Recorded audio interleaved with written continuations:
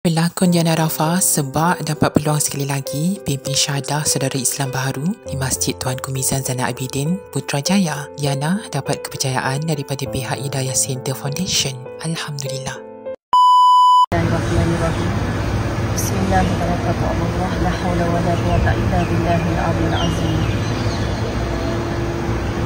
Asyhadu an la ilaha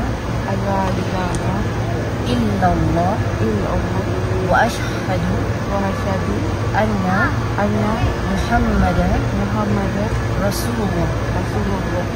Aku bersaksi tiada Tuhan yang disembah melainkan Allah, dan aku naik saksi bahawa Nabi Muhammad